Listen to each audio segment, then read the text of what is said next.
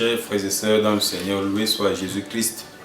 J'espère que chacun de vous se porte bien ce matin. Sinon, je vous le souhaite.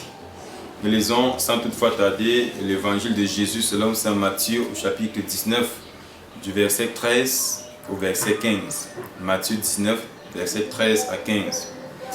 Alors, des petits enfants lui furent présentés pour qu'il leur imposât les mains et en priant. Mais les disciples le rabrouèrent.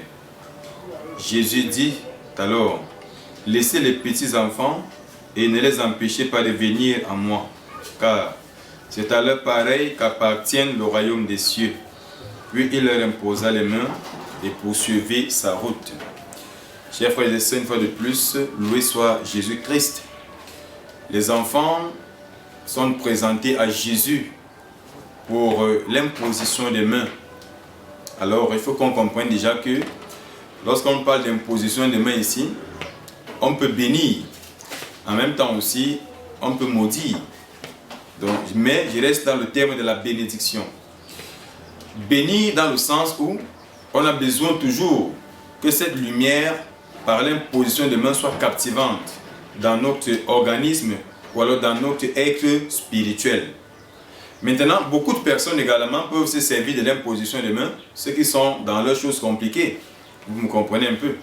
Et ils peuvent se servir donc de cette imposition des mains pour décuire, pour aspirer les énergies des autres, ou alors ce qu'on appelle les chances. Effectivement, ça se passe. Mais dans le cas de Jésus ici, on présente les enfants à Jésus pour qu'il leur impose les mains, donc qu'il puisse les bénir. Donc, dans des cas un peu plus complexes, beaucoup de familles qui ont des enfants aujourd'hui, beaucoup de personnes qui ont des enfants, doivent comprendre que les enfants ont besoin de votre bénédiction d'abord en tant que parents. C'est la raison pour laquelle lorsque vous avez votre enfant à la maison, tu crées ton enfant d'imbécile, tu le crées de vaurien. Ne sois pas surpris que la parole qui sort de ta bouche en déclarant que ton enfant est idiot, qu'il est imbécile, qu'il est un vaurien, ces paroles risqueraient de s'accomplir dans la vie de cet enfant. Parce que lorsqu'une parole sort, elle n'a pas le temps d'aller dans l'air, elle ne va pas dans l'eau. C'est une parole qui sort et qui a une efficacité. C'est une parole qui a une puissance. Toute parole qu'on peut déclarer. Or, mais ici maintenant, on voit que les enfants qu'on amène vers Jésus ont besoin d'une bénédiction aussi suprême.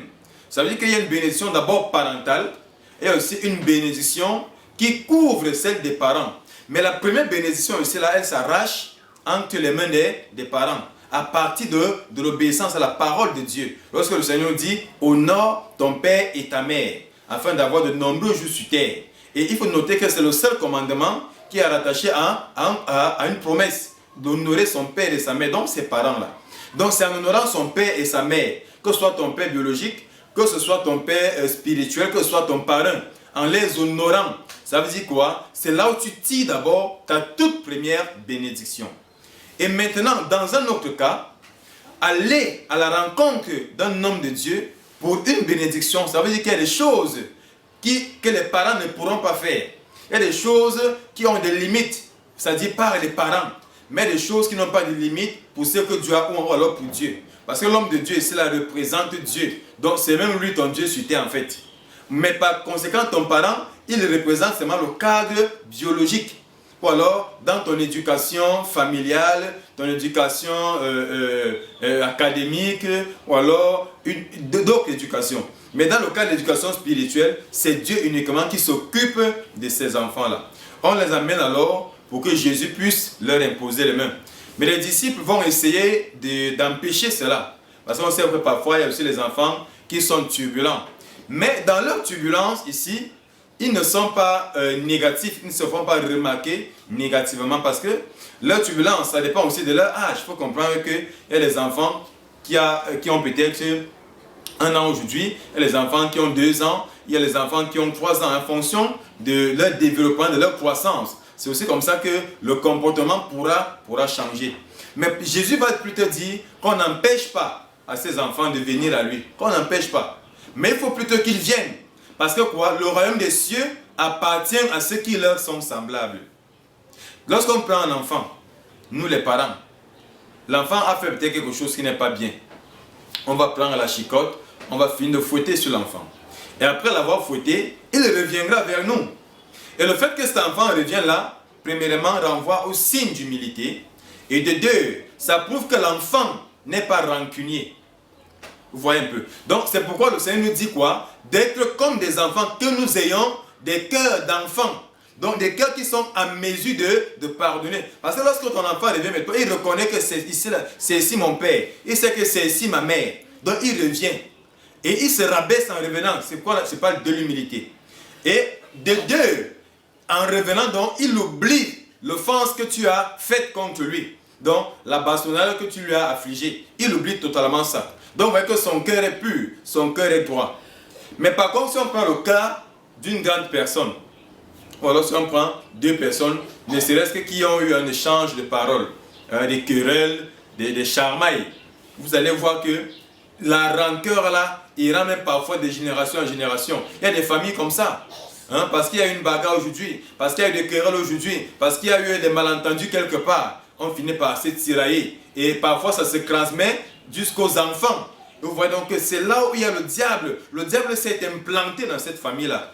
Il y a des familles aujourd'hui, les gens n'arrivent même plus à se dire bonjour ou bonsoir. Ou des frères et des sœurs n'arrivent même pas à se saluer. Ils n'arrivent même pas à communiquer. Mon frère, ce que tu dois comprendre, c'est que la famille est sacrée. On ne s'amuse pas avec la famille. Ton frère a de la valeur. Toi également, tu as de la valeur aux yeux de ton frère. Vous devez vous pardonner les uns envers les autres. Et pardonner, c'est là. Ce n'est pas une simple expression.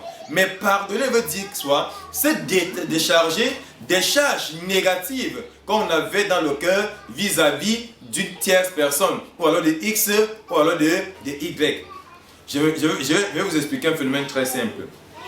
Quand on dit on pardonne à quelqu'un, alors je peux avoir une cicatrice sur moi qui peut-être était émanée d'une blessure. Quelqu'un qui m'avait peut-être blessé, c'est un exemple que je prends. Et la cicatrice va rester. Mais par conséquent, à chaque fois que je vais regarder ma cicatrice, je saurai que c'est telle personne qui m'avait blessé, peut-être avec la machette, avec le couteau, avec le caillou. Donc ce sera un souvenir. Mais lorsque je dis maintenant que je pardonne à mon ennemi, ça ne veut pas dire que j'ai oublié la cicatrice là, ou alors que j'ai oublié que c'est lui qui m'avait lancé le caillou. Mais c'est que je me décharge des mauvaises pensées que j'avais vis-à-vis de cette personne-là. Donc c'est un peu ça le principe du pardon. Donc si dans ton cœur, tu vis encore dans la haine, ou alors dans ton cœur, tu vis encore tu es dans la vengeance, dans la lutte contre ton frère qui t'avait offensé depuis, mon frère, ça veut dire que tu n'as pas encore pardonné. Et j'ai pu vous rassurer que lorsque vous pardonnez à votre prochain, vous évoluez. Lorsque vous pardonnez à votre prochain, ça dit vous grandissez non seulement dans la foi, mais les portes de vos vies s'ouvrent. Donc ce que je vais te recommander ce matin, mon frère, c'est le pardon. Et lorsque tu as pardonné à ton ennemi, c'est Dieu même qui se chargera de lui. Le temps passera, mais le temps de Dieu sera le meilleur. Le meilleur pour qualifier ce qu'il t'a fait. Et le meilleur aussi pour le juger. Donc on veut prendre le temps là comme le juge. Donc qu'on comprenne donc que le pardon joue un rôle très important. C'est pourquoi il faut donc être comme des enfants. Parce que l'enfant ne garde pas rancœur. L'enfant il n'est pas orgueilleux. Il peut être parfois avec le caractère un peu de mépris. Mais lorsque notre enfant est bien éduqué, il revient toujours. Donc éduquons nos enfants. Apprenons la voix du Seigneur à nos enfants. Montrons toujours la voix du Seigneur à nos enfants. Lorsqu'on part à la messe, lorsqu'on va à l'église, pourquoi est-ce que nous on laisse nos enfants à la maison? Ça veut dire qu'il y a un problème. Oh, c'est l'enfant même là. C'est Dieu qui touche. Parce que vous allez voir que même les enfants, ils sont très engagés. Quand vous faites un truc quelque part, l'enfant va vite copier ça. Donc l'enfant copie rapidement, ce qui est aussi bien. Mais en même temps, si vous faites le mal aux yeux de l'enfant, il va aussi copier ce qui est mal. Et lorsqu'il va faire le mal là, n'accusez pas l'enfant, mais accusez-vous vous-même. Parce que c'est vous qui avez montré la voie du mal à cet enfant. Donc prenons notre temps en éduquant nos enfants. Prenons notre temps en méditant sur les enfants même. Et lorsqu'on va méditer sur eux, on voit comment est-ce qu'ils se comportent. Et essayer donc d'adopter ce comportement-là. Pas par les paroles, mais par les actes que nous allons poser. Et ces actes-là, il faudrait qu'ils proviennent de notre cœur. Que le Seigneur vous bénisse et loué soit Jésus-Christ.